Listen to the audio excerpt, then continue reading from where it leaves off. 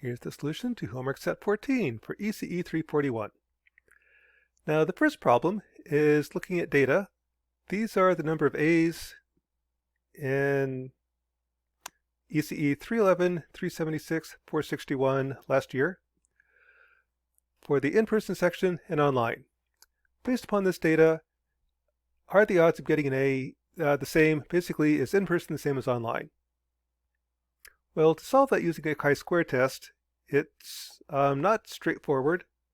I need to somehow set it up this way. I need to have a couple bins, the probability of success, the expected number of outcomes, actual. So how do you take this data and put it in that format? A couple ways to do it. One way is let's use the in-person as your reference.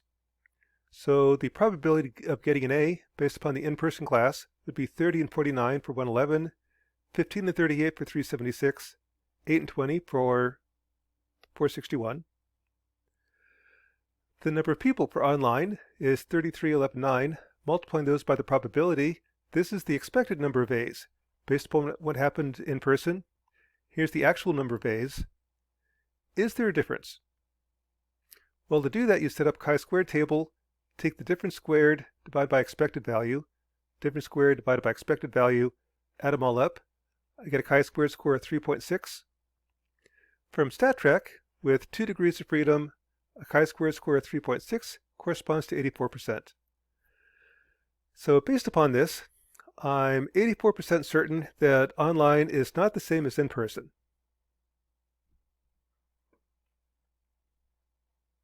Number 2. This looks at rolling dice. This code will generate random numbers between 1 and 6. Is this a uniform distribution? Well, the procedure is to first collect some data, set up a chi-square table. I've got 6 bins. The probability of each bin is the same, 1 and 6. Here's the expected frequency. For my data, there's the actual frequency. Take the difference squared, divided by the expected value, gives you the chi-squared score. Add them all up. I get a chi-squared value of 3.8. From StatTrak, with 5 degrees of freedom, a chi-squared score of 3.8 corresponds to 42%.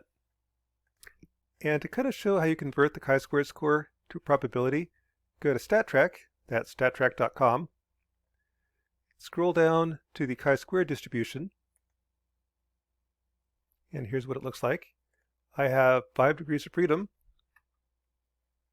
My chi-squared score was 3.8. Converting that to a probability, click on Calculate. Eventually, I get 0.42. So 42% chance of rejecting the null hypothesis, 42% chance of rejecting that this is a fair die. Problem 3 says, okay, let's take a die with 5% loading. So 5% of the time, I'm always going to roll a 6. The remaining time, it's a fair die. Can I spot the fact that it's 5% loaded? Well, you follow the same procedure.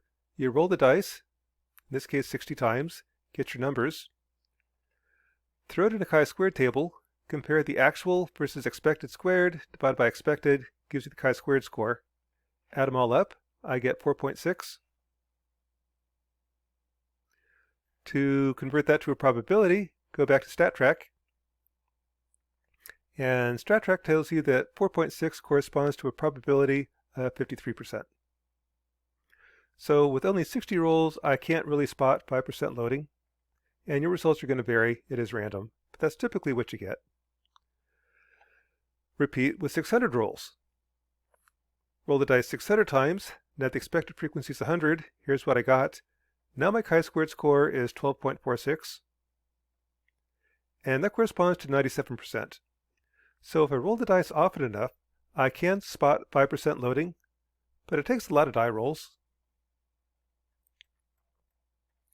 Problem 5. Finding out whether or not you're psychic.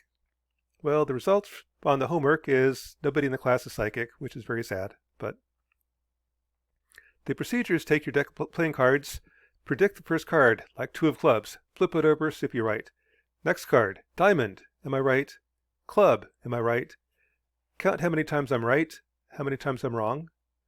I expect to be right 1/4 of the time, or 13 times. I expect to be wrong 39 times. Take the difference. Difference squared divided by expected value is your chi-squared score. Add them all up, and when I did it, I got a chi-squared score of 1.64.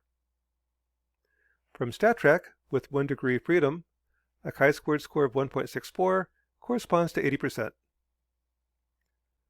So 80% of the chance that I'm not just guessing, and since my score is actually below 13, let's say 80% chance that a monkey could do better than me, which is something I'm kind of used to. But anyway. Number 6. From the Central Limit Theorem, I would predict that the sum of uniform distribution will be 4 times the mean of a uniform distribution, which would be 2. The variance of a uniform is 1/12. Adding 4 of them should be 4/12. Is this actually a normal distribution with a mean of 2 and a variance of 4/12? Well, to do that, I'll do a chi-squared test. First step is to collect a bunch of data. Here I roll the dice, or generate 200 random numbers, and then I split them into bins. I'm just going to take the number times 2 and round up. So 0.1 becomes 1, 0.6 becomes 3, basically which bin you're in. So here's the different regions. Times 2 round up gives you this index. I will count how many times it got numbers in each index. That's this number right here. The expected number. Well, to do that, I can go to StatTrack. This is taking normal distribution with the mean of 2 and a variance of 4/12. I can put that on StatTrack. And this will determine PDF. So if I have the mean of 2, standard deviation of 0.574, squaring it, that's 4/12. If I'm at 0.5, the area to the left,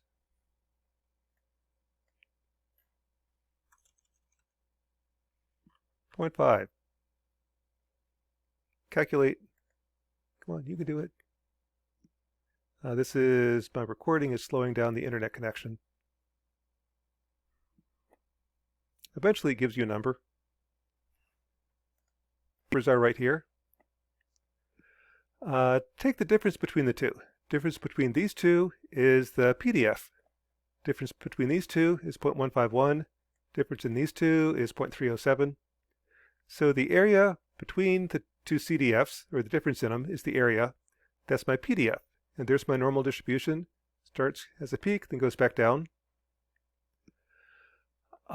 Take that probability times 200. That's the expected frequency.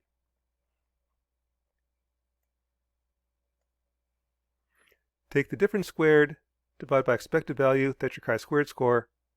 Add it all up, I get my chi-squared value. From StatTrack then, I've got 8 bins, 7 degrees of freedom.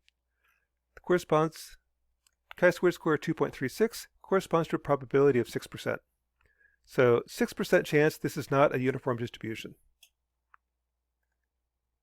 That's with 200 die rolls. If I were to repeat with 2,000 die rolls, I would actually get a result which is significant, saying with enough die rolls you can tell the difference. But 200 is not quite enough. The last problem is back when we talked about Poisson distribution. This is an approximation for binomial distribution. How close is it? Let's run a chi-square test to see, is this actually a binomial? So again, it's kind of random how many times you roll the dice. I'm going to repeat this experiment 200 times. So for 200 times, I'll roll 60 dice, count the number of ones, and if we got 3 ones, increase the result of 3 by 1. When I'm done, result records how many times you got a 1, how many times you got a 2, how many times you got a 3, and so on. The Poisson is an approximation for that. Plot the two together. So the green line is the Poisson. The stars, blue stars, are the experimental. The actual results. Are these consistent? Well, let's do a chi-squared score. Take the difference squared, the distance right there. Take all the square differences right here, divided by expected value, add them all up, that's my chi-squared score. When I do that, the chi-squared score is 13.75.